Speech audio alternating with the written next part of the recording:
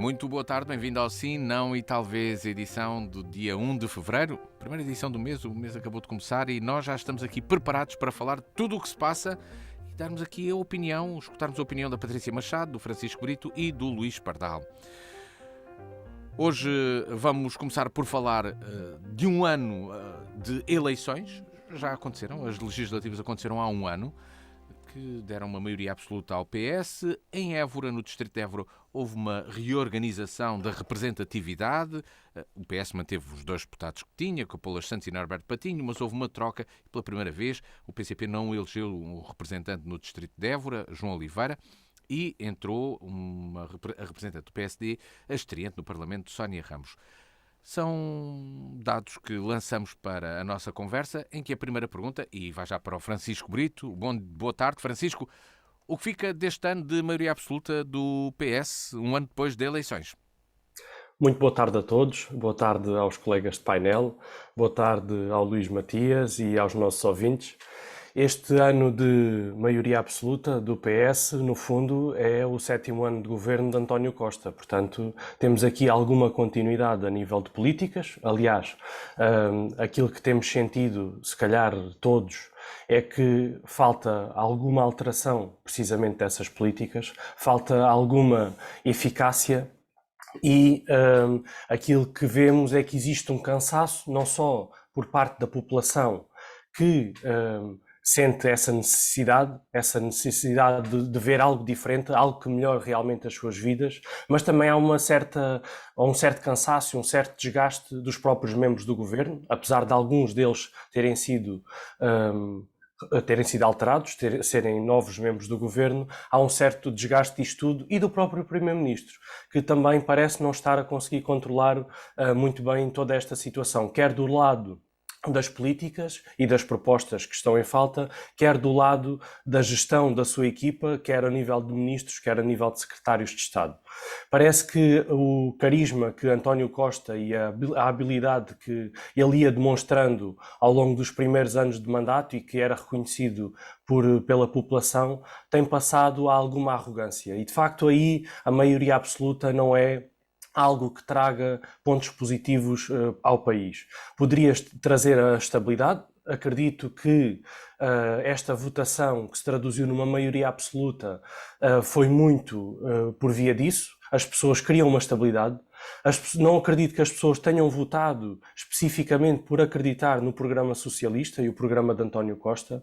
Acredito que existiram um conjunto de fatores em redor, quer por via da geringonça que deu o berro, por assim dizer, quer por via de um Chega extremista que assusta naturalmente a maior parte do eleitorado de centro, e aí houve, claro, uma junção de votos no PS, que já estava no governo, e que governava com algum vento de popa, que entretanto apanhou a pandemia, mas que mesmo assim conseguiu controlar a coisa, também muito por ajuda da oposição, da esquerda à direita, que assumiu um papel, claro que com diferentes posturas, mas assumiram sempre um papel moderado de não criar problemas ao governo numa altura difícil para todos nós.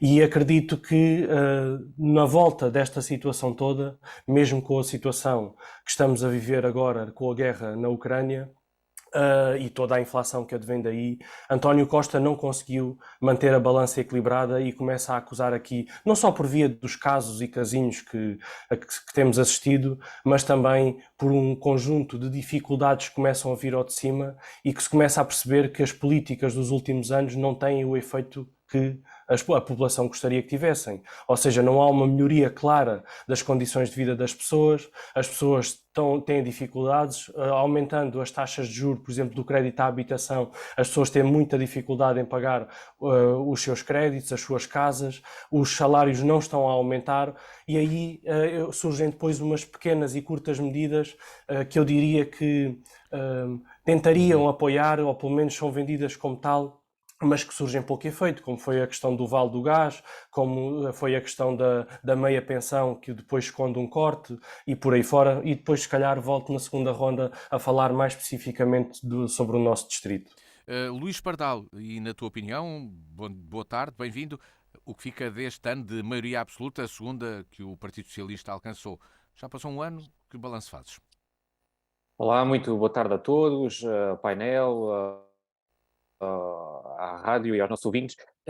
Com certeza que este último ano, e como o Francisco estava a dizer, que há uma continuidade das políticas, isso até é uma observação positiva, porque é através dessa continuidade que as pessoas, quando votaram há um ano, deram a maioria absoluta ao Partido Socialista. E, portanto, por algum motivo isso aconteceu. A maioria absoluta não é um poder absoluto, como se tem dito muitas vezes, mas a realidade é que as pessoas não esquecem aquilo que foi a governação do PSD-CDS, em que perderam-se rendimentos, tiveram cortes, enfim, como não há precedente na nossa história recente. E, portanto, as pessoas não esqueceram isso. E também viram que não havia oposição, não havia oposição que fosse e que demonstrasse capacidade para governar este país. Portanto, não tiveram essa confiança. E, por outro lado, as pessoas também não esqueceram aquilo que foi, digamos, o volte-face do Bloco de Esquerda e da CDU na construção de uma governação que houve nos últimos anos. E, portanto, as pessoas foram muito claras e rejeitaram enfim, outra alternativa. Acontece que tivemos nestes últimos anos, e particularmente este último ano, foi uma recuperação da pandemia. Não podemos esquecer o difícil que foi gerir a Covid-19 e, portanto, todo o impacto que isso teve na população. E, portanto, este último ano, digamos que foi o réstimo ainda desse impacto, e, portanto, toda essa recuperação que foi necessária. E depois, em fevereiro, não é, tivemos o início desta atrocidade que todos temos vindo a acompanhar, e todo o impacto que isso tem na população. E, portanto, foi um ano difícil em termos de gestão, com certeza, mas não podemos esquecer os avanços que se conseguiram e os pensos rápidos que se implementaram de estancar preços, de recuperar poder de compra, e que isso se vai repetir agora em 2023. De facto, aconteceram situações, casos e casinhos, como se lhes chamam, que, enfim, não abonam àquilo que deve ser a gestão pública, porque em muitas das situações, não é? Todos nós, não é? Todos aqueles que estão na gestão pública devem fazer, enfim, uma autoavaliação, e devem ter, digamos, a sua consciência tranquila e perceber se até que ponto é que estão em condições de assumir um cargo público, um cargo de gestão desta natureza. E, portanto, aconteceram situações, enfim, que não são positivas, mas que tenho a certeza que este ano, 2023, será um ano muito importante em termos da governação deste governo, e será de recuperação. Tenho a certeza que, enfim, quero acreditar que se vai estabilizar nesse aspecto, e que não podemos esquecer aquilo que são o apoio às famílias, o apoio às populações, separar essa situação de outros casos e casinhos. Patrícia Machado, boa tarde, bem-vinda. E, na tua opinião, que balanço fazes deste ano de maioria absoluta do Partido Socialista? Boa tarde a todos, ao Luís Matias, aos colegas de painel e a todos os nossos ouvintes. Penso que a realidade aí está a demonstrar e a demonstrar as opções do governo do Partido Socialista, que alcançou a maioria absoluta, e que marca, digamos assim, infelizmente, esta realidade, aquilo que tem sido o ano de mandato.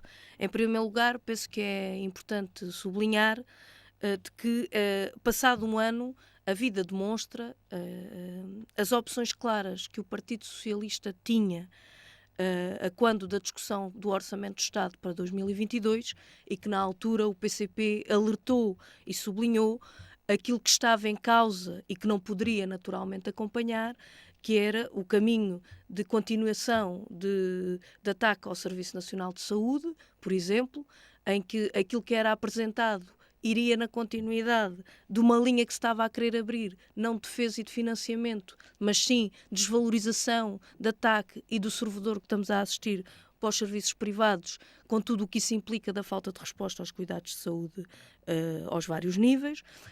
Aquilo continha um conjunto de elementos que iriam levar a um agravamento das condições de vida, à não valorização dos salários, à não valorização das pensões, e sim àquilo que iriam ser o avolumar dos problemas e o agravamento das condições de vida e das desigualdades, e, portanto, penso que, para além dessa demonstração que, infelizmente, a vida veio comprovar, fica marcado também por uma ação que aí já havia esse, digamos assim, esse alerta e esse destapar de quais eram as verdadeiras intenções do Partido Socialista de querer sacudir aqueles que poderiam travar e contribuir para aquilo que foram as medidas de avanço e de alcance, muitas delas de reposição dos anos de governação do PSD e CDS, que não podem limpar agora as suas mãos daquilo que são opções claras ao longo dos anos, mas também uma tentativa de alcance, porque houve muitas medidas, os manuais escolares, os passos sociais, muitas, que naturalmente tiveram sempre o cunho daqueles que contribuíam para essas medidas. Mas dito isto, penso que fica marcado, de facto, por uma ação que iniciou aí, mas que com a maioria absoluta, naturalmente, insiste em opções erradas, que têm um nome, são opções de política de direita, que foram avolumando ao longo de décadas as condições de vida, as desigualdades, as injustiças, e que criam ao mesmo tempo que isto acontece, criam as condições para acumular lucros extraordinários dos grandes grupos económicos. Portanto, o desgaste não é deste ou daquele partido, são das políticas que têm vindo a ser seguidas, ora por PS, agora com maioria absoluta, ora por PSD, e que aquelas medidas que têm esse agravamento, que têm a constatação hoje da grande e larga maioria dos portugueses, trabalhadores, reformados, micro, pequenos e médios empresários, agricultores, várias camadas da população e setores específicos,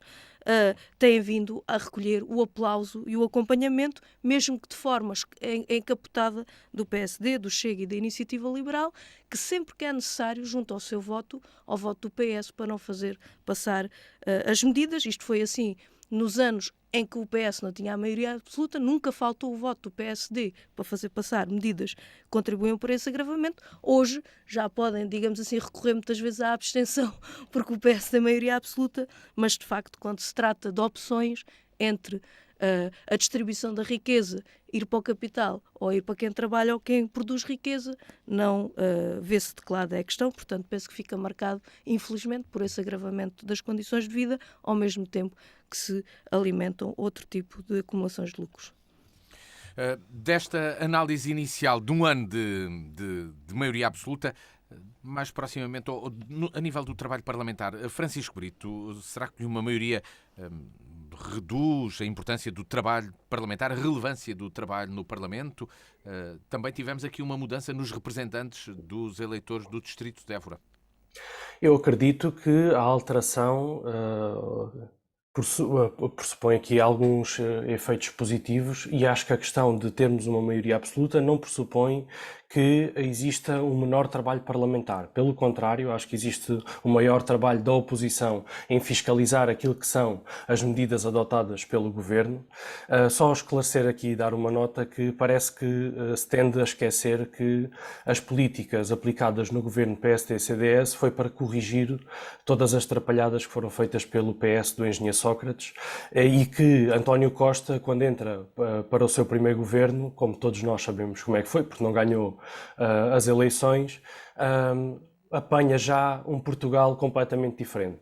Apanha um Portugal completamente a caminho da recuperação, muito distinto daquele que o PSD e o CDS tiveram que pegar, e é bom que isto não se esqueça, porque pelos vistos tenta-se alterar a realidade, mas que depois espero que pelo menos as pessoas tenham consciência e não tenham memória curta de saber por todo aquilo que passámos no tempo da Troika e quem é que realmente decidiu as políticas que iam ser aplicadas pela Troika.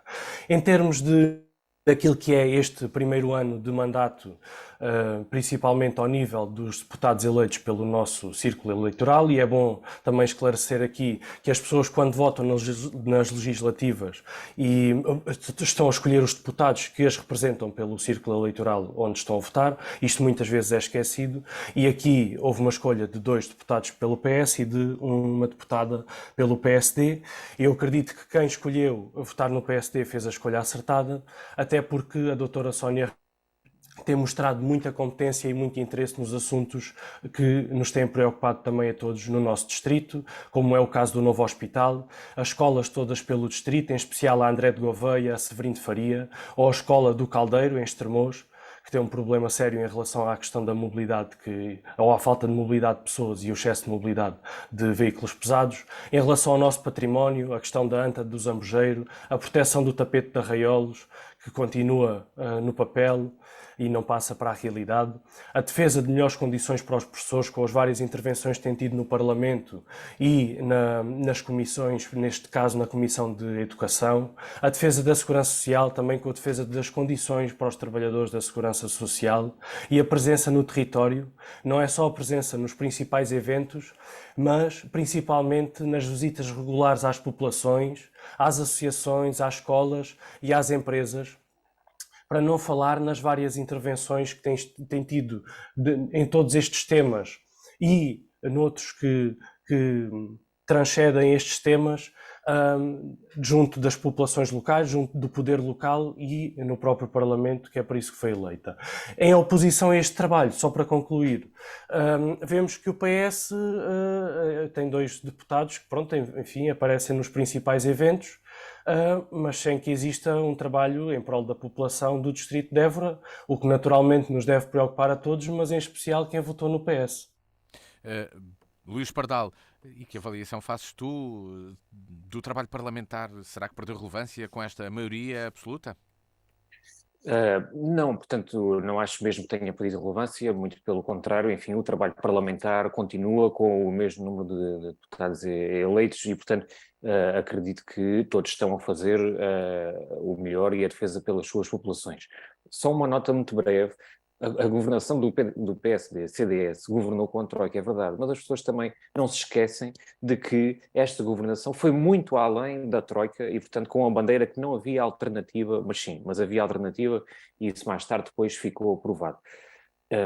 Em termos do nosso distrito, estes resultados, não é, devem-se, sobretudo, as pessoas, os eleitores, votaram com maior expressão em que lhes transmitiu mais confiança para ajudar, digamos, a resolver os problemas da população do nosso distrito, a construir, não é? E esta confiança foi expressiva nos candidatos que foram reeleitos, portanto a CDU é que não conseguiu eleger e o PSD aí retirou essa representação parlamentar.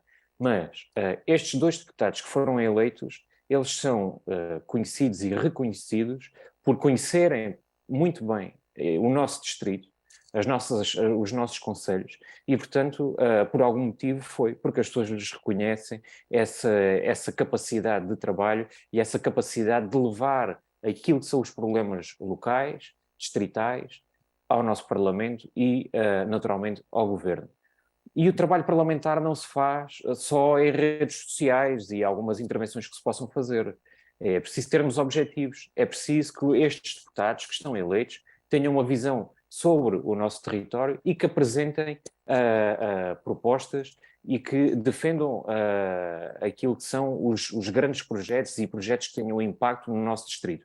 E é isso que os 2 deputados do Partido Socialista têm feito. E podemos dar aqui alguns exemplos.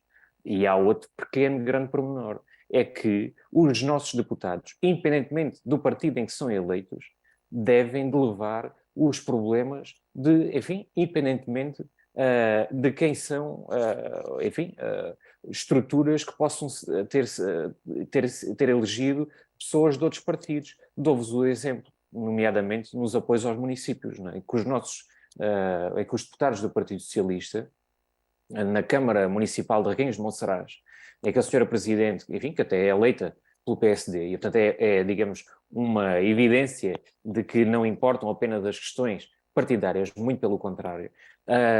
Enfim, manifestou uma preocupação que havia uma dívida das Águas de Portugal que era, digamos que a forma do pagamento não era a mais... poderia haver uma forma mais ajustada que fosse mais vantajosa para o município. E os deputados recolheram, digamos, essa preocupação e, junto da Secretaria de Estado da Administração Local, pressionaram, expuseram a situação e houve um despacho que foi publicado em que permitiu a renegociação do pagamento dessa dívida. E, portanto, isso foi vantajoso para o município. É um exemplo, mas temos outro, e aqui em Évora, o Hospital Central, porque muitos apontam só defeitos, não é? Muitos apontam só defeitos. Mas e onde é que estão, de facto, depois a ação em termos construtiva, não é? Construir uma habitação familiar já ela é complicada, quando mais construir um hospital. E, portanto, os deputados do Partido Socialista têm feito reuniões com os ministros, neste caso, digamos, pelos que passaram, que já a ministra e o atual ministro, os secretários de Estado, a CCDR, a ARS, e há um caminho para fazer desbloqueios, não é? E isso eles têm feito esse trabalho. O regadio, as questões do regadio, mas ainda tinha mais aqui para dizer. Já percebi que tens mais exemplos para dar sobre o trabalho dos deputados socialistas, neste caso, no Parlamento. Patrícia, qual é a tua opinião sobre o trabalho parlamentar neste ano de maioria absoluta e também de mudanças na representatividade que aconteceu aqui no Distrito de Évora? Bem, eu junto isto àquilo que disse no início, na primeira volta, ou seja, a vida aí está a demonstrar, de facto, as alterações que existiu no quadro da Assembleia da República e as crescidas dificuldades que se criaram na construção de uma política alternativa que responda aos problemas das pessoas. E quanto mais as opções políticas não responderem aos problemas das pessoas, mais caminho se abre para soluções populistas e que, naturalmente, instrumentalizando e agitando justos receios, medos, inquietações, direcionem para o sítio que não só não vai resolver esses problemas das pessoas, como os vai agravar. Mas, dito isto, um primeiro sublinhado tem a ver com a importância que têm as instituições públicas, ao contrário do que se procura fazer em muitos dos momentos da sua descredibilização, uma grande valorização da Assembleia da República, da sua representatividade, daquilo que ela significa do ponto de vista de fiscalização e de espaço de debate e, acima de tudo, de proposta, mas também um outro aspecto que tem a ver com um território como o de Évora ter apenas 3 deputados, ou podemos dizer um território como o Alentejo ter apenas portanto, 3, 6, 8 deputados, não é?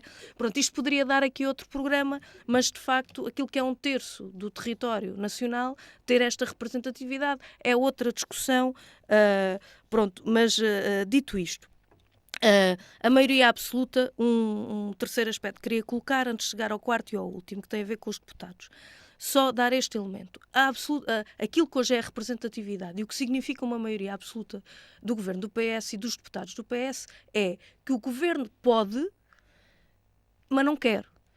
Está nas mãos do governo, naturalmente, aumentar salários, pensões, prestações sociais e outros apoios, mas não quer. O governo pode travar aquilo que são os lucros escandalosos a partir da especulação, nomeadamente dos bens essenciais, mas não o faz. E não estamos a falar porque isto não chega ao pequeno agricultor, ao pequeno produtor, ao pequeno comerciante, ao pescador.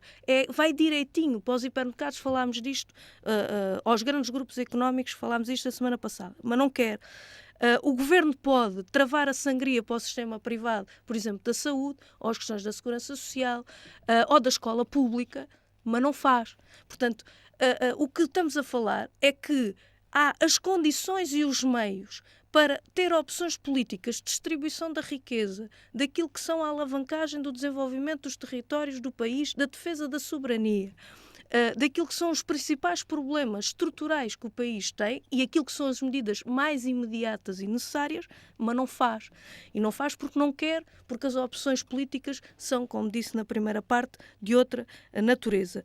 Portanto, mas fica claro, naturalmente, também que este ano e aquilo que representa, ou seja, mais suportado estará o trabalho parlamentar quando for também o desenvolvimento da luta e da ação das populações.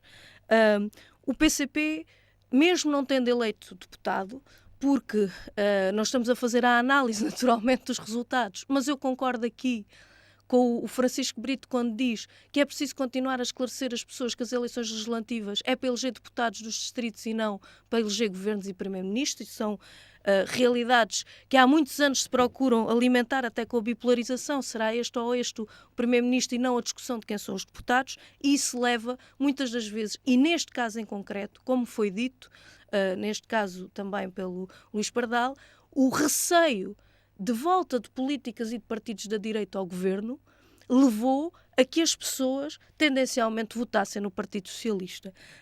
E isso fez, curiosamente, com esse receio da direita, o distrito de Évora tenha perdido o deputado do PCP, João Oliveira, reconhecidamente um deputado com uma forte e intensa atividade pelo distrito, independentemente de ser o líder parlamentar. Mas pronto, para terminar, mesmo sendo deputado, como disse, nós temos estado lá. Nós estivemos na quinta-feira na vigília da população de Mora em defesa do SNS, que muito valorizo e queria aqui valorizar. Foram mais de 200 pessoas que ali tiveram, porque têm falta de médicos, estão no sítio onde são. Teve o deputado João Dias à frente ao hospital no passado dia 5, na luta dos enfermeiros por melhores condições de trabalho, pelo direito ao descanso e à valorização das carreiras. Teve o PCP sempre na luta intransigente da defesa dos direitos dos trabalhadores, em cada sítio, em cada necessidade, na defesa da Escola Severino de Faria, da André de Gouveia, da Escola de Vila Viçosa, como ainda hoje estamos lá junto à escola a fazer uma distribuição, da falta de médicos em Montemor, em Vendas Novas, em Mora, como já disse, numa visita ao hospital que fizemos na sexta-feira. Portanto, mesmo sendo deputado, temos tido uma intensa atividade. Mas mesmo para terminar, o distrito tem 3 deputados, mas não pôde contar com o voto favorável dos deputados do Partido Socialista e do PS, e do PSD, desculpem, que também não votou favoravelmente. Por exemplo, as propostas dos deputados do PCP, que não tendo eleito pelo distrito, apresentaram, por exemplo, e dava só 3 exemplos, as verbas necessárias para a construção das acessibilidades e das infraestruturas ao novo hospital que o Luís aqui falava. Chumbado. Necessário o voto para a aprovação da criação do Centro Interpretativo de Valorização do Tapete de Arraiolos. Chumbado. A questão do aproveitamento da linha Sines-Caia foi chumbado. O PSD absteve-se. Votou favoravelmente a questão das tapeteiras, mas chumbou a proposta do PCP sobre a criação do tapete, do Centro Interpretativo do Tapete e de Valorização do Tapete de Arraiolos. A questão da linha Sines-Caia, em que o PCP fez a proposta para o pleno aproveitamento com as estações necessárias para as mercadorias, Vendas Novas, Évora e Alandroal, chumbado. Ou ainda, e com isto termino, a população conhece e sabe, e tem razão, que quer o Capolas Santos, quer o Patinho, têm sido o pai e a mãe daquilo que tem sido um flagelo da proliferação das superintensivas, que cada vez estão mais marcadas neste território e que precisam de ser travadas do ponto de vista de fiscalização, das faixas de contenção necessárias, e que é uma autoestrada sem portagens estas, completamente livre para um ataque e para a infertilização destes solos com um território tão importante como o nosso. Luís Matias, deixa-me só dizer uma coisa. Não se pode avaliar... Só para dizer uma coisa. As notícias, não se devem ler as notícias só pelo título, deve-se ver o conteúdo. E isto é o mesmo no Parlamento e na Assembleia da República. Não, mas está nas atas da Assembleia da República. Podem ver o voto, podem ver os votos dos partidos. Desta análise, isto dava pano para mangas. Luís diz, dava para mais programas, era? Isto dava para muito programa. Então ok, temos próximos. Muito que dava para que precisava ser respondido. Não é? Vamos deixar isso para os próximos programas, porque os nossos ouvintes vão querer saber isso precisamente o que é que há mais a dizer sobre esta avaliação e sobre este trabalho político que é feito em representação do distrito de Évora.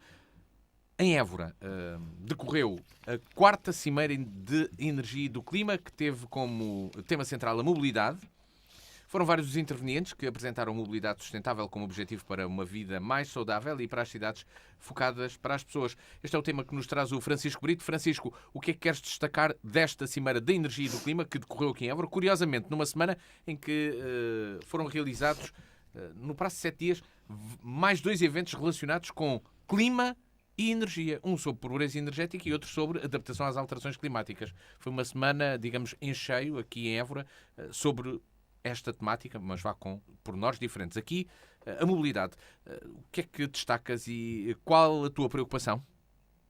A energia e o clima são temas essenciais, e ainda bem que estão a ser alvo deste tipo de interesse e destes eventos que trazem também muita discussão e apresentação de bons exemplos, outros também que não são tão bons, mas que servem para que possamos aprender e que possamos fazer melhor. Nesta cimeira da energia e do clima, o tema central era a mobilidade e transporte ferroviário. Eu acredito que aqui há um grande interesse na questão da mobilidade urbana, essencialmente naquilo que afeta diretamente a vida das pessoas no espaço público. Como nós sabemos, o espaço público é o nosso espaço comum, é o nosso espaço não só de transição, de irmos da nossa casa para o trabalho, de irmos para os serviços, para o comércio, para aquilo que precisamos de ir, mas também é um espaço de usufruto e que tem conquistado com muita dificuldade, mas que tem conquistado esse espaço. As pessoas hoje em dia já vão percebendo que é necessário que exista um espaço público com qualidade para que as pessoas possam usufruir dele e que isso nos traz uma melhor qualidade de vida. Naturalmente, quando falamos de espaço público, falamos da mobilidade, porque temos um país desenhado para o carro. As cidades são desenhadas para o carro. E o espaço público acaba por ser desenhado pelas vias, as vias estruturantes que definem, e depois o espaço residual é que sobra para o espaço público de permanência, para os espaços verdes, para os espaços onde as crianças podem brincar. Esta cimeira mostrou que deve haver uma clara inversão disso. É o seguimento, naturalmente, de uma série de eventos que não decorrem só em Portugal, mas também pelo mundo fora, que nos têm mostrado isso. E aqui, nesta cimeira, foram dados alguns exemplos e eu gostaria de destacar um deles que tem a ver com a cidade de Pontevedra, que em 1999 decidiu que retiraria os carros do seu centro histórico, e que as pessoas iriam ter não só um espaço público remodelado e preparado para que fosse espaço de permanência e de usufruto, mas também teriam uma rede quer de parques, quer de transportes públicos que conseguissem suportar esta decisão. E olhando para o caso de Évora, onde decorreu esta cimeira e onde está a ser elaborado um plano de mobilidade, também importa perceber como é que estes bons exemplos podem ser tomados. Até porque nós temos um centro histórico com características morfológicas que não permitem facilmente que exista uma divisão de vias, ou seja, que consigamos ter carros a circular e que mesmo assim consigamos ter vias para as pessoas e vias cicláveis, porque as ruas são estreitas, não dá para fazer isso. Então como é que nós podemos mudar aqui um bocadinho o paradigma das coisas? Até porque temos um centro histórico grande em termos nacionais, temos o maior centro histórico do país, mas não deixa de ser uma cidade e um centro que se percorra em pouco tempo. Nós conseguimos atravessar o centro histórico em pouco tempo. Claro que nem toda a gente tem uma capacidade de locomoção que permita isso, e por isso é preciso preparar a cidade para que possam existir respostas para as pessoas que têm essa mobilidade e as pessoas que não têm essa mobilidade. Eu acredito que passa também pelo transporte público, mas gostaria de destacar dentro do plano de mobilidade aqui alguns aspectos que me parecem fulcrais e que acabei por puxar um bocadinho por eles enquanto ouvi algumas das intervenções nesta cimeira, para perceber realmente a diferença entre aquilo que está no papel e aquilo que nós depois poderemos ver na realidade. Até porque víamos uma série de exemplos, bons exemplos, como este de Pontevedra, e depois olhamos para o plano de mobilidade de Évora e percebemos que que está previsto um investimento de 50 milhões de euros até 2026 só para o espaço público dentro do Centro Histórico de Évora. O que eu diria que seria espetacular. realmente isto conseguisse passar para a realidade. Mas depois, aquilo que nós vemos é que existe um grande distanciamento daquilo que está no papel e daquilo que depois se realiza na prática. E eu acho... Queres identificar depois alguns pontos dessa discrepância que aqui identificas, é isso? Sim, exatamente. Já volto a ti então, mas escutamos a opinião do Luís Pardal sobre este assunto e sobre esta cimeira de energia e do clima que decorreu aqui em Évora, e das questões que o Francisco já aqui levantou desta necessidade de adaptação na mobilidade da cidade e da ação ou não ação existente. Sim, portanto, a energia e o clima, e nós vivemos numa região, o Alentejo, que é uma zona ríspida e altamente sensível àquilo que podem ser as alterações climáticas, e até fazendo um bocadinho aqui a ponte, eu queria ver onde é que nós estaríamos se o Alentejo não tivesse o Alqueva, e todos sabemos que um dos grandes obreiros do Alqueva foi Capolas Santos, e se hoje temos a valorização do Alqueva, em termos de regadio, de turismo, muito se deve aos atuais deputados eleitos pelo Partido Socialista, mas isso, enfim, isto foi só uma ponte com o anterior tema, mas que de facto a Alqueva tem um impacto muito grande, digamos, aqui nas questões das alterações climáticas na nossa região.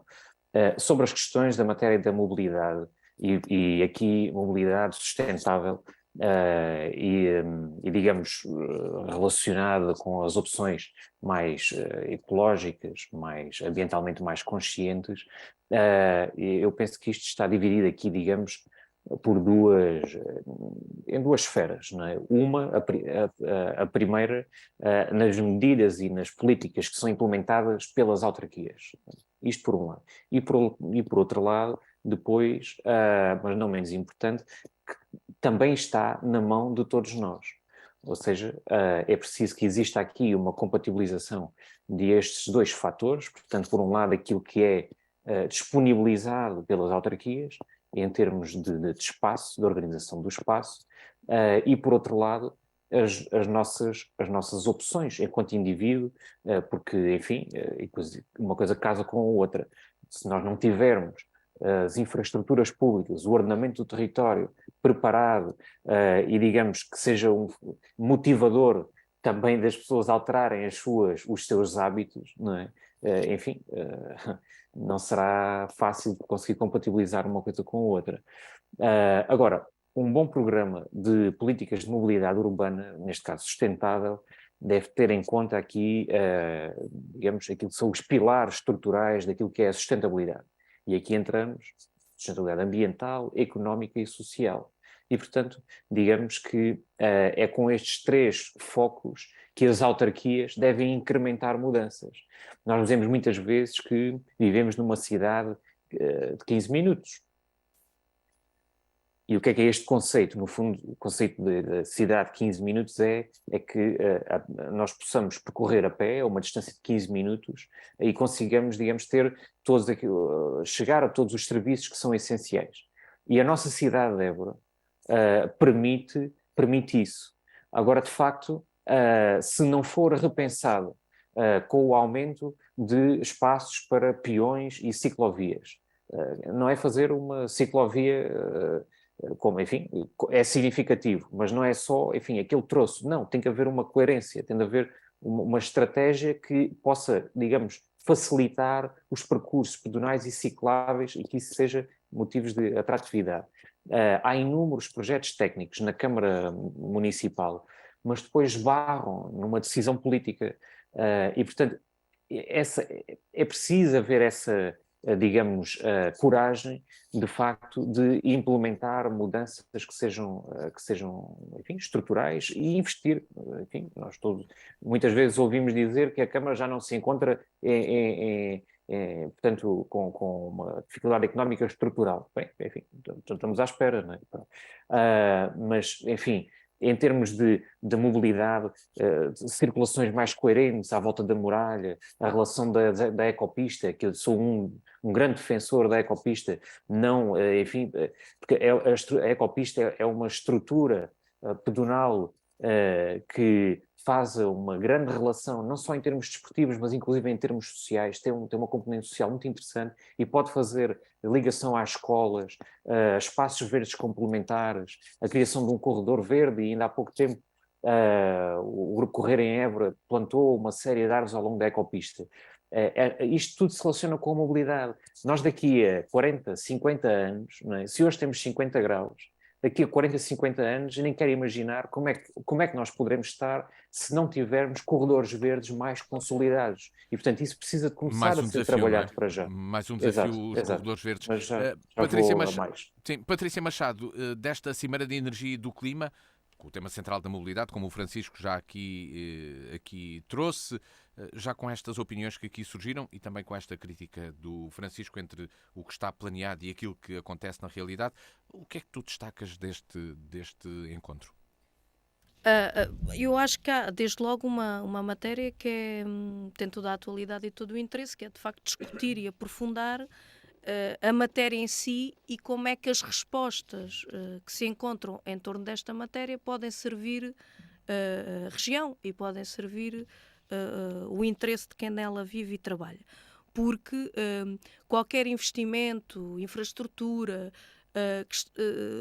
tanto modelo que se venha a encontrar, deve ter também esta premissa e encontrar esta resposta. A quem é que serve e para que é que serve o tal investimento? Falou-se há pouco aqui do Alqueva e de facto importa ver, é um investimento de extraordinária importância que os alentejanos durante anos reivindicaram e que importa também fazer o balanço para quê e para quem ele está a servir e o que é que pode servir. Ou mesmo estamos a falar de mobilidade, ainda há pouco se referia a questão da linha Sines-Caia, para quê e para quem é que ela pode servir e ao serviço do desenvolvimento deste território, que a gente não fique só a ver passar comboios, naturalmente, que isto seja uma alavancagem, um investimento que são de milhões, que possa servir de facto para potenciar que as asas dos aviões que aqui se produzam possam circular, que as pedras ornamentais possam circular e aproveitando naturalmente a ferrovia, que é um elemento que, juntando este encontro e esta importância que tem a energia ao clima, portanto, como é que nós potenciamos também as ligações ferroviárias? Agora, o Plano Nacional Ferroviário também o PCP tomou posição relativamente a essa matéria, mas como é que aqui no próprio distrito e o Concelho e o território de Évora pode ser, de facto, aqui também um ponto essencial e nevrálgico das ligações, quer do litoral para a Europa, quer do ponto de vista do território do Alentejo, mas não diria mais. Ainda a semana passada, como aqui referi, o PCP, através do secretário-geral, veio visitar o Laboratório das Energias Renováveis, a cátedra que existe a partir da Universidade de Évora. O saber que ali se cria, se for colocado ao serviço, de facto, do desenvolvimento e do aproveitamento das energias renováveis para para as populações, para os territórios, acho que são elementos daquilo que se constrói e que existe no nosso território e que poderão estar ao dispor desse desenvolvimento e dessa melhoria das condições. No plano mais local, esta questão do Plano Municipal de Mobilidade Urbana Sustentável para Évora, que teve a discussão pública, que deve ser visto e articulado com o Plano de Urbanização, portanto, com o PU. E esse dá o todo, naturalmente. Não, esta questão de ser só para o centro histórico, estes dois elementos têm que viver em conjunto. Um não vive sem o outro, naturalmente. Mas dizer que será um dos primeiros do país. E a discussão pública que teve lugar certamente contribuiu. Todos aqueles que tiveram a oportunidade de contribuir e dar as sugestões, certamente foi para melhorar e para criar melhores condições para que este Plano Municipal de Mobilidade Urbana Sustentável, como em outras matérias que o município tem sido pioneiro, será um dos primeiros realizados no país e eu acho que isto é importante destacar. No dia 1 de junho, Évora será a primeira cidade do país com transportes públicos totalmente elétricos. E vamos acolher, dia 3 e 4, o Encontro Nacional de Veículos Elétricos. Podíamos falar aqui do projeto Laboratório Vivo para a descarbonização.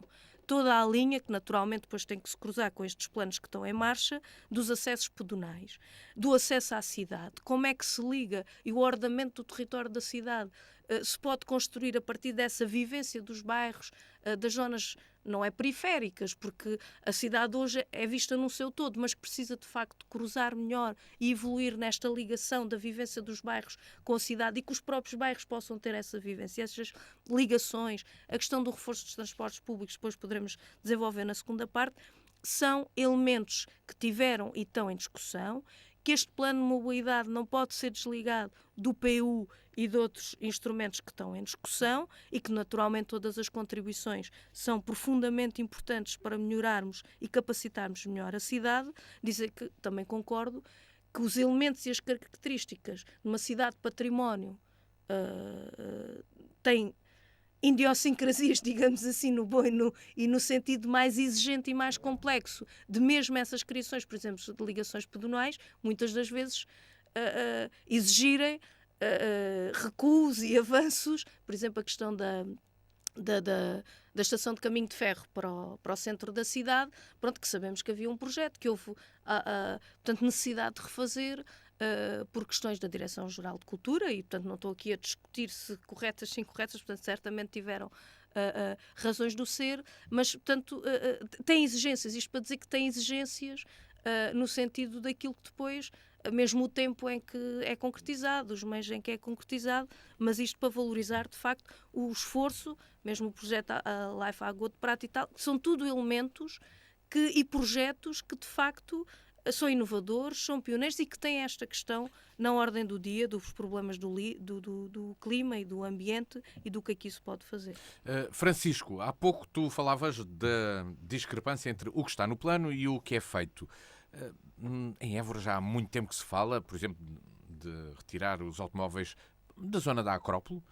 Existiram inúmeros projetos. No final do século XX existiam projetos que eram apresentados publicamente pela Câmara de Évora de até adaptação de outras zonas da cidade, de melhoria da circulação pedonal, que acabaram por não ser concretizados e já estamos em 2023, isto falo de 1999. Um pouco mais tarde, um plano de circulação urbana com transportes e estacionamento interligados que depressa também desapareceram. Um Acrópole 21 que previa um parque de estacionamento que servia de apoio a retirar os automóveis da Acrópole num projeto desses, mas que não foi aprovado e depois que acabou por o projeto na parte pública não avançar, só do setor privado nesse âmbito da Acrópole 21. E, entretanto, estamos a falar de mobilidade outra vez. Como é que vamos... Já há tantos projetos, tantas ideias que já foram colocadas em prática e experimentadas, será que não vale a pena olhar para aquilo que já foi feito e voltar a colocar? Será este o tempo disso mesmo ou há algo novo? Parece que se pensa muito e se faz pouco, não é? A verdade é que há alguns desses projetos que referiste que tinham algumas ideias interessantes, outros nem tanto, porque temos um centro histórico classificado como Património da Humanidade e temos que o tratar como tal, não o podemos tratar como mais um espaço urbano como outros tantos. Temos um espaço muito singular, muito próprio, portanto, estar a esventrar o centro histórico todo para colocar estacionamento, se calhar não é a melhor opção quando nós podemos ter estacionamento em redor do centro histórico e que as pessoas ficam a 5 minutos desse parque de estacionamento, ou seja, a nível de tempos, estamos a falar de muito pouco tempo de percurso e que esse percurso a pé também tem os seus pontos positivos. Claro que pode ser e deve ser complementado com transporte público, ainda bem que Évora terá os transportes públicos totalmente elétricos, outras cidades também o estão a fazer e bem. É uma questão importante e, acima de tudo, para além dos transportes serem elétricos, é importante que eles tenham rotas que sirvam às pessoas e uma frequência que sirva às pessoas, porque senão as pessoas não usam o transporte público. E claro que se pensamos em retirar carros do centro histórico, temos que pensar onde é que as pessoas os podem deixar. E quando nós olhamos em redor do centro histórico, percebemos que existe uma série de bolsas de estacionamento que estão completamente indignas, não é? Quer dizer, o espaço não está minimamente preparado para que possa receber esse tipo de função. Quer dizer, enfim, desde os anos 80 que os espaços se mantiveram como estão hoje. Estou-me a lembrar especificamente do caso Davis, que há muito se fala, até já houve projetos para lá, mas que não vemos nada a acontecer na prática. E é de facto importante que exista esse sentido de intervenção no terreno. Claro que para existir intervenção, para existir requalificação, para que estes espaços em redor do centro histórico também estejam dignos e que sejam seguros, que inspirem segurança e que possamos deixar lá os carros sem que tenhamos medo que eles sejam assaltados ou vandalizados por via daquilo que é a aparência desses lugares. Claro que para fazer as intervenções é preciso dinheiro. E para haver dinheiro, se não existe receitas próprias, é preciso garantir que existe outras fontes de financiamento, sejam por parcerias com privados, que sabemos que isto assusta muito a CDU, que está no Executivo da Câmara, portanto isso nunca não tem sido um caminho adotado, ou então por via de candidaturas a fundos europeus ou outro tipo de fundos, que também tem sido um caminho que temos visto que é muito escasso para a CDU. De facto, candidata muito pouco, tem conseguido uma ou duas candidaturas de pequena monta e faz disso uma grande bandeira, e depois vemos outras cidades no país em que não têm planos de mobilidade. Os planos de mobilidade estão inseridos no plano de urbanização, que é aquilo que geralmente acontece. Os planos de urbanização têm que refletir todas as temáticas que envolvem a cidade, e a mobilidade naturalmente é uma delas, e que têm no terreno uma série de medidas, desde as cidades no Algarve às cidades no norte do país, Lisboa, que foi muito discutida até na campanha autárquica, com uma série de medidas a nível da mobilidade ciclável. Ou seja, há uma série de situações que estão na prática, onde são aproveitados fundos europeus, e cá em Évora o que vemos foi construída uma ciclovia com alguns desses fundos, que entretanto já foi esventrada porque se esqueceram de mudar as infraestruturas de abastecimento de água e de esgoto que estavam por baixo, dizendo que não poderiam entrar para a candidatura, e não percebendo que esse esforço suplementar de alterar essas infraestruturas, mesmo com fundos próprios da Câmara Municipal, seria inteligente para não estar constantemente a partir uma ciclovia que foi feita recentemente. Ou seja, faz-se duas vezes, faz-se a primeira vez, a seguir vai-se partindo aos bocados e vai-se enchendo de pensos rápidos. Portanto, isto não, só para concluir, não me parece que seja uma solução. É importante olhar não só para aquilo que está no plano de mobilidade, e há soluções muito interessantes que foram feitas pela empresa que o construiu e que me parece que deviam ser adotadas, mas para elas passarem para o terreno e não serem completamente, preciso que haja trabalho de conseguir de facto este financiamento, e haja a seriedade de querer realmente fazer, porque não existe essa vontade, e este Executivo da CDU tem mostrado que não quer realmente fazer as coisas. Hoje em dia ninguém imagina que em 2026 a cidade pode ser aquilo que está no plano de mobilidade, e isso é muito triste e entristece-nos a todos. Luís Pardal, achas que isso é possível ou não acontecer? Eu acho que, de facto, e aliás, como disse há pouco, Francisco também, julgo que foi Francisco, que referiu, ou o próprio Luís, que há muitos projetos, há muitos planos que têm um grande potencial para serem, enfim, para a nossa cidade, mas depois que não são implementados. Eu acho que o problema reside aqui. É que nós passamos muito tempo em que não fazemos pequenas intervenções que são, do ponto de vista da suavidade, da mobilidade, muito relevantes, à espera que se faça um projeto espetacular. E a realidade é que os projetos espetaculares depois não se fazem, e depois não se faz nem os projetos espetaculares, nem as pequenas intervenções que são muito significativas. É importante que exista segurança para a circulação das pessoas, enfim, de quem caminha. Pessoas com mobilidade reduzida. Quer dizer, é completamente simples nós irmos, enfim, com um carrinho de bebê ou uma pessoa com mobilidade reduzida que impacta em obstáculos e obstáculos e obstáculos e obstáculos ao longo do percurso, enfim, no centro histórico e mesmo fora do centro histórico, nas zonas de acesso a bens e serviços essenciais, esbarra. E, portanto, são intervenções, a maioria destas intervenções são pequenas intervenções e não se fazem porque se está à espera que o plano que seja aprovado. E depois não é. E, portanto, podem dizer assim, bem, então, mas está-se a fazer uma intervenção, pequenas intervenções, está-se a gastar dinheiro do erário público e depois vai-se alterar. Não é isso que está em causa. É que pequenas intervenções são isso mesmo, têm um impacto reduzido em termos financeiros e podem ser aproveitados perfeitamente para uma escala maior. Quando nós temos aqui o plano de mobilidade da Câmara e que foi feito por uma empresa e, portanto, acompanhado pelas equipas técnicas da Câmara Municipal, temos aqui muito potencial. Agora, quando perguntamos, então e o que é que vai ser feito em 2023? Não é? Estou-me a reportar 2023 porque a apresentação do plano foi em 2022. O que é que vai ser feito em 2023? Não se consegue, depois não há concretização. E, portanto, isto é... Caminhamos, mas não conseguimos caminhar numa mobilidade suave para a sua implementação. E depois, há aqui questões, por exemplo, felicito naturalmente o projeto da frota elétrica, naturalmente, não é? E devemos todos orgulhar dessa implementação. Agora, precisamos discutir as rotas eficientes. Ainda há relativamente pouco tempo, a Câmara contratualizou com a empresa e a discussão das rotas mais eficientes e postos informativos mais comunicativos daquilo que são os transportes públicos. Não é? Quer dizer, isto são matérias básicas que precisam de ser trabalhadas para atrair pessoas a utilizar estes meios de transportes. Senão, enfim, caímos aqui num erro. Depois temos, se calhar enfim, mais uma vários... pequena intervenção, sim. Eu tenho que passar à Patrícia para concluirmos o tema e irmos à terceira parte do nosso programa. Patrícia Machado, estamos sempre a falar de grandes planos, mas que impedem depois que sejam feitas realmente as tais pequenas intervenções e pequenas concretizações que mudam a vida das pessoas no dia-a-dia.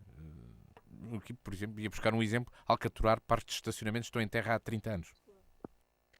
Sim. Que não se fizeram porque, naturalmente, também não se tem certeza de qual o resultado que deveria ser final, etc. E, portanto, ficar aqui de pés e mãos atados. Estamos a falar de um grande plano, porque foi esse o tema, não é?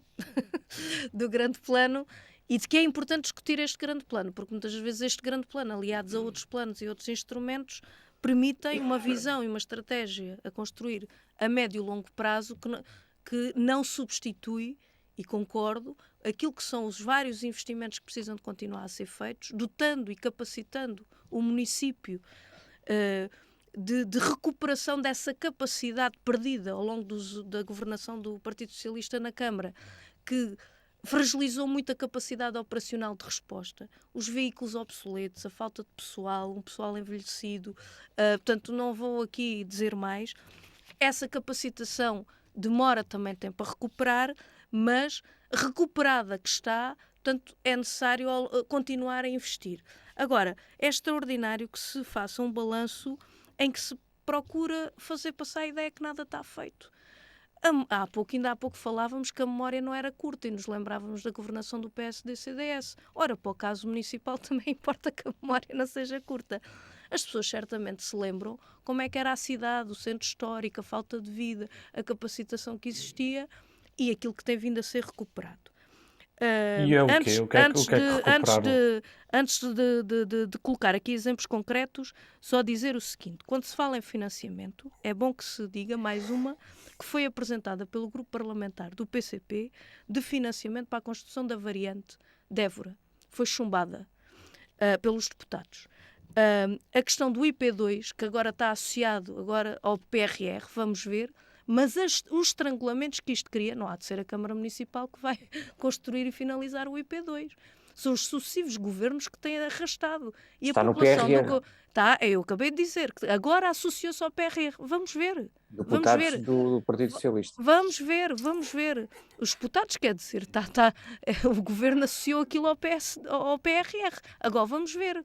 Porque a informação que existe de avanço e de financiamento e de perspectiva, vamos ver, esperemos estar enganados e esperemos que finalmente, ao longo destes anos todos, se encontre o financiamento para o IP2 que tanto estrangulamento cria a esta cidade dividida. Agora, conclusão do troço viário que liga o Parque Industrial e Tecnológico de Évora à rotunda do bairro de Almeirim, 851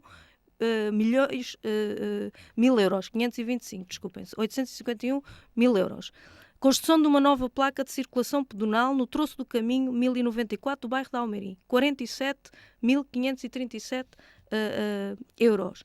A questão de todo o programa de apoio à redução tarifária com o investimento que a Câmara faz disso para permitir passos sociais mais baratos.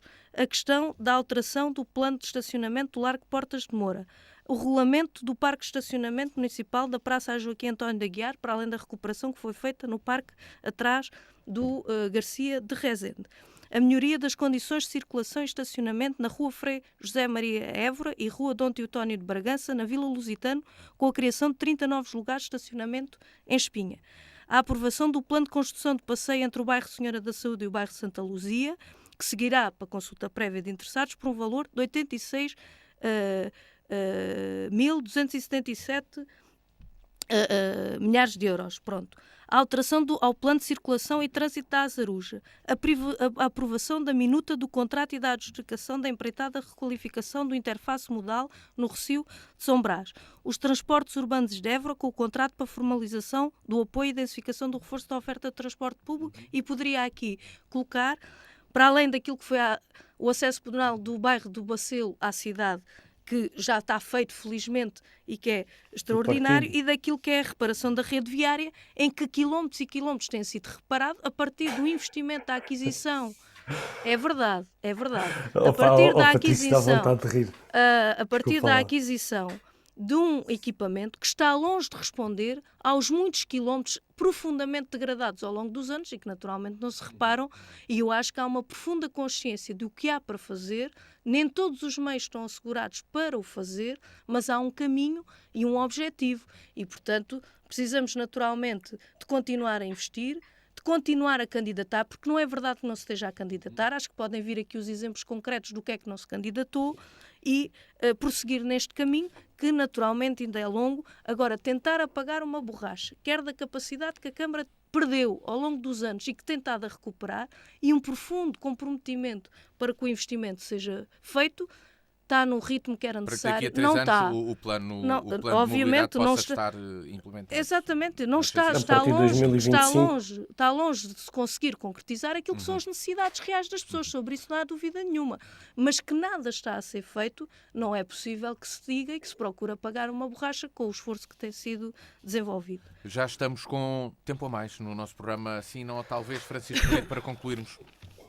Traz não, talvez. Para concluir, hoje trago um não. Infelizmente isto não tem sido fácil para arranjar muitos sims, mas hoje trago aqui um não, que vai para a possibilidade da CEO da TAP vir a receber um bónus de 2 milhões de euros. Este valor será dado se forem cumpridos os objetivos contratuais, ou seja, se a CEO da TAP for competente e fizer aquilo para o qual foi contratada, recebe um bónus de 2 milhões de euros. Aí estamos a falar de uma empresa e, como todos sabemos, tem sido um servidor de dinheiro público, do nosso dinheiro, de nós contribuintes, e que surge agora com mais esta surpresa escandalosa. Por isso, o meu não vai para o desbaratar do dinheiro público por parte de todos aqueles que têm apoiado este assassinato do Estado. Luís Pardal, e tu que trazes um sim, um não ou um talvez, para concluirmos? Eu trago um talvez para a base local, o Grupo Desportivo e Recreativo André de Rezende, na equipa feminina, né? Já garantiu a passagem aos play-offs, à subida, aliás, estará a disputar a fase play-offs para a subida à divisão profissional. E a 3 jornadas do fim já tem um lugar nos 4 primeiros. E os séniores masculinos desta mesma equipa podem passar, vejam bem, à primeira fase no primeiro lugar. Estão a disputar a subida para a primeira divisão. Ou seja, o meu talvez é para este, enfim, que ainda não temos aqui uma concretização, mas talvez possamos ter um clube da nossa cidade, neste caso de basquete, nas primeiras divisões. E é um clube que tem tido muitas dificuldades, enfim, em termos de apoios e tudo mais, e é o reflexo daquilo que se está a conseguir, e portanto é um talvez sim àquilo que este clube tem vindo a desenvolver e poderá projetar à nossa cidade. Patrícia Machado, e tu que trazes um sim, um não ou um talvez? Eu acabo pela positiva, acabo pela positiva com um sim. A partir daquilo que referi há pouco da reunião que o PCP pediu na passada sexta-feira ao Conselho de Administração, pedimos também para ter a oportunidade de conhecer um projeto que se iniciou o ano passado, que é o projeto de saúde mental perinatal, em que é extraordinário de facto, e queria aqui valorizar muito o trabalho desenvolvido pela doutora Teresa Reis e restante equipa que tiveram a oportunidade de nos dar a conhecer elementos do extraordinário trabalho, inestimável trabalho que se faz para a intervenção de uma daquelas que é uma complicação obstétrica não diagnosticada e que na realidade atinge cerca de 30% das mulheres e 10% dos homens, e é um sim de facto a que só no Serviço Nacional de Saúde, com a dedicação dos seus profissionais e entrega, muitas das vezes em condições que precisam de ser valorizadas, é um sim a este projeto que põe as pessoas no centro do interesse e que agora está na fase de passar para os cuidados de saúde primário, portanto a dedicação destes profissionais, e há um sim à defesa do SNS para que isto se possa projetar. Bem, a conversa é com mais cerejas e nunca mais acaba, não é verdade? Estamos assim a chegar ao final deste sim, não, talvez já um pouco a mais do nosso tempo habitual. Marcamos encontro consigo de hoje a uma semana aqui na Diana, sempre quarta-feira às 18 horas e depois ao domingo às 21. Também disponível em dianafm.com na versão de áudio e vídeo, com a Patrícia Machado, o Luís Pardal e o Francisco Brito. O meu nome é Luís Matias e marco encontro consigo também de hoje 8 dias. Até lá!